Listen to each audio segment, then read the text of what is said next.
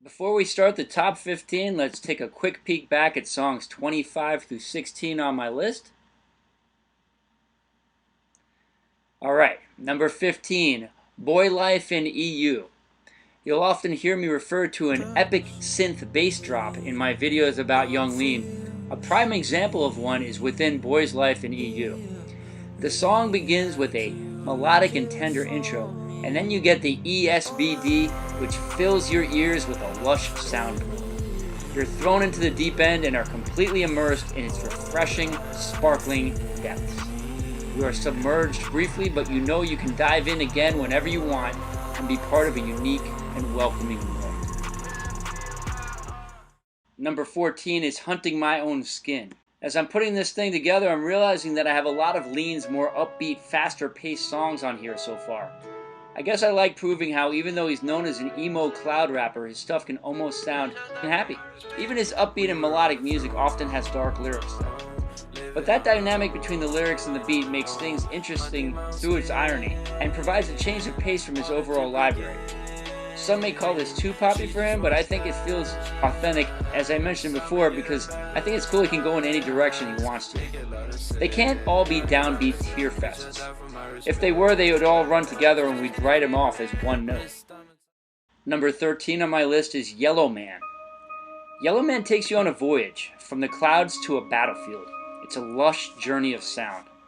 Young Lean doesn't often do full beat switches within songs, but it works very well here, moving from the sparkling crystal bubble synths to the colonial combat drums. We hear passion and drama and then float back away from the earth. Number 12 is Violence. Violence is an interesting moniker for a song with a smooth, chill, almost pious vibe, complete with church organs. You can still feel the internal tempest due to the steady urgency of the vocals. This one's a boomer, which hits like a velvet hammer. Powerful, yet pleasant. The surface is placid, but the undercurrent is a raging storm. Just missing the top 10 at number 11, I have Hoover. Hoover is a loud aggro banger, which wakes you up with its infectious adrenaline. I prefer this to Miami Ultras off the same album because while it's angry, it's still musically coherent. Definitely a great song if you want to get supercharged before a competition. Lean shows his proficiency and range here once again. We kick off the top 10 with another unique one. Princess Daisy easily stands out since it's the most jazzy and old school of anything that Lean has ever done. The beat features a slowed down sample loop of Tidal Wave by Ronnie Laws, which I picked out right away as being used in the classic Black Moon joint, Who Got the Props? Score another one for the sample master. This song is as chill gets. A perfect song for the end of the night when you just want to enjoy whatever altered state you've got going. A mainstay on a midnight playlist. Hocus Pocus is my number 9 song. Hocus Pocus is Lean at his most powerful. I haven't had the pleasure of going to a Young Lean show yet, but I'm guessing this must be one of the most epic songs to experience live. Luckily, there's some good footage of this on YouTube. I'll put a link in the comments section. The combo of the bass synths, the steady pace, and the hook that you can scream at the top of your lungs produces a Young Lean anthem. Blade provides good contrast and balance. This song's greatest strength is that even though it is very loud, it still retains its melody. It makes for a great workout song or one you can listen to while you just want to let off some steam. At number 8 we have Low. So far, my favorite song from Lean's latest album Stars is Low, which is a chill song that has excellent flow, combining relaxed vocals and a catchy icicle synth melody with a brisk pace and rapid-fire hi-hats, so you can still nod your head to it. Song number 7 is Hotel in Minsk. When I do my research for our top 25 list and I see comments on a YouTube video like, "The world isn't ready for this yet," or "most beautiful thing I've ever heard," I definitely take notice. It's easy to see why this song resonates so strongly with his fans. He didn't just write this out of nowhere. You get the sense that something happened in his life and he had to release his emotions into his music. That goes back to my 2 successful artist points from before. He was compelled to write this song, and he did it outside of his Young Lean moniker because he didn't want to be restricted by it. He just had to make this song, and it's a beautiful, brilliant, and heartbreaking one. Just missing the top 5 at number 6, we have Gatorade. I am a certified beat fiend. If there was a Beataholics Anonymous meeting at the local church, I would be forced to attend. Gatorade is a song which is completely carried by the hook and the beat. The verses are whatever, and the second verse runs through a slowdown filter which might actually put some people off. But we're a good call because the lyrics are so cringy. But that beat though. You've got the state fair strength sexy organ with the smooth R&B drums. You've got the call and response style vocal samples reminiscent of Rob Bass and Easy Rock's It Takes Two, which is a trick that always works and I'm surprised we haven't heard more often. Good kills this one. And it's safe to say that without him and Young Sherman, we might not ever have heard of Young Lean, because their beats were such infernos that the songs would be good no matter how whack the lyrics were. Young Lean had the opportunity to grow into his art because the other Sad Boys bought him the time to do so with kick-ass beats like this. You cannot not sing along with this hook. Gatorade is the epitome of a guilty pleasure, and it's amazing that someone can make this an Oreo milkshake and then turn around and come up with Hotel in Minsk, but that's exactly what makes Lean so great. Before we start the top 5, let's take a quick look back at the first 20 songs of the top 25 that got us here.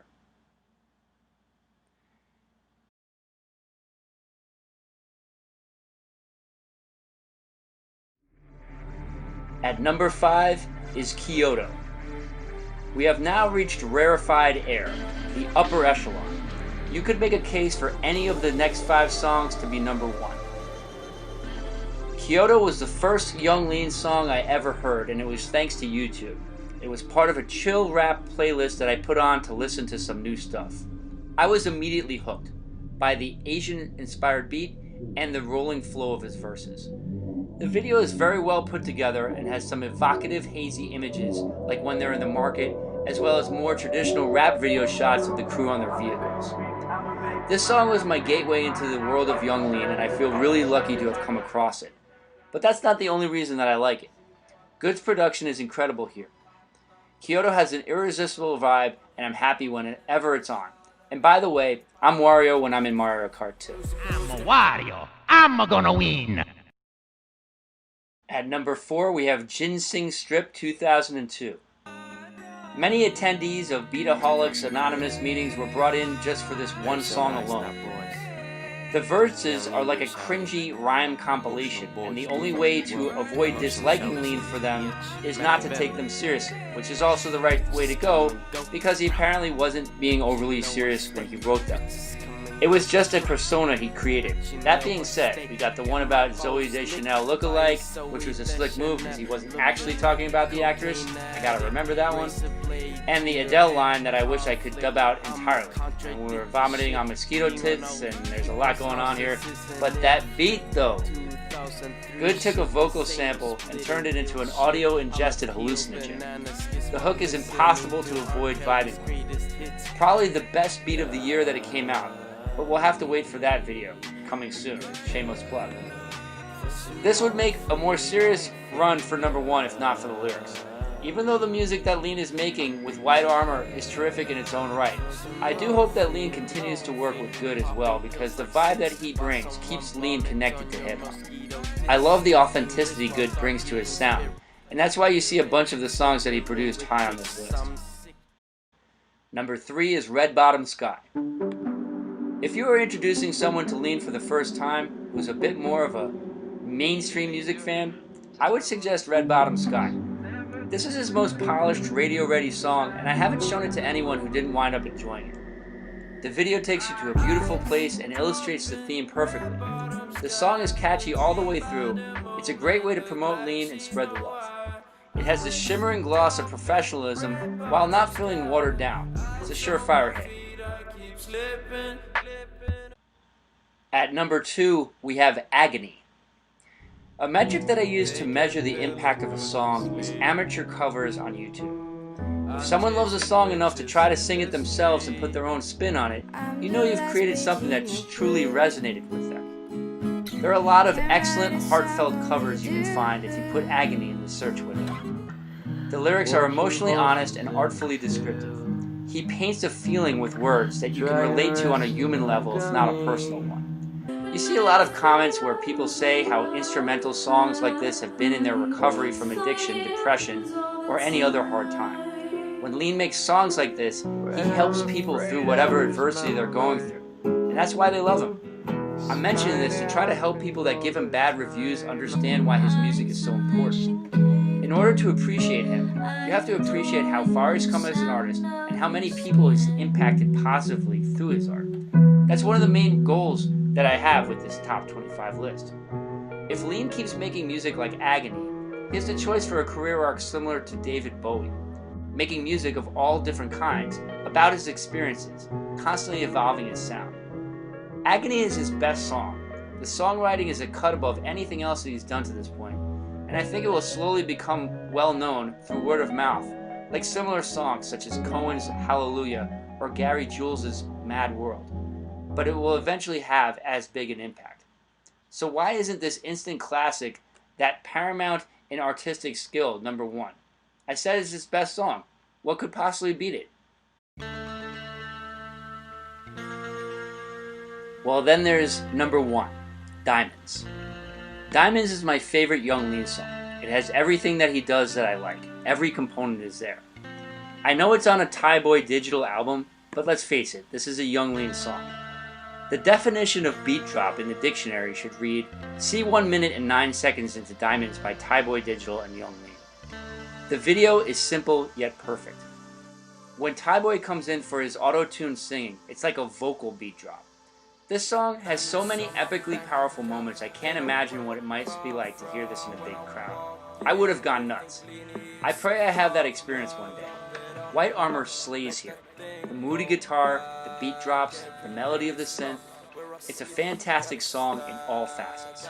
Super entertaining, features Lean and Thai Boy's unique styles that stays tied to hip-hop and trap. This is the definition of adding to the game, and even if other people think I'm crazy, this is my number one Young Lean song. Hey.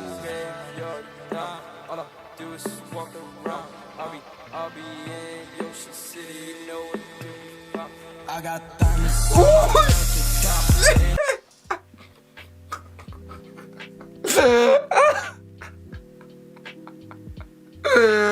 Oh shoot! Oh, that just went through my whole body. Hey. This one has me pumped up enough that I'm fully willing to defend that. Yet if you thought the number one song wasn't even mentioned on this list, I'd respect that and see where you're coming from, because that's how good Young Lean's music is. I don't get caught up in the weaknesses of each song. Whether you think he's asleep through it because it's too cloudy for you, or you hate the lyrics of a specific song, instead, I focus on each song's strengths, and it isn't hard to do because there's always so much to like. Thank you very much for your time. As I mentioned before, this is meant to be a conversation starter, so tell me what you think. I hope I have introduced some new fans to Lean, and I hope I've shown some new songs to his current fans. I can't wait to hear what you have to say. Representing hard work and talent, straight out of New York City, this is #stormpinball signing out.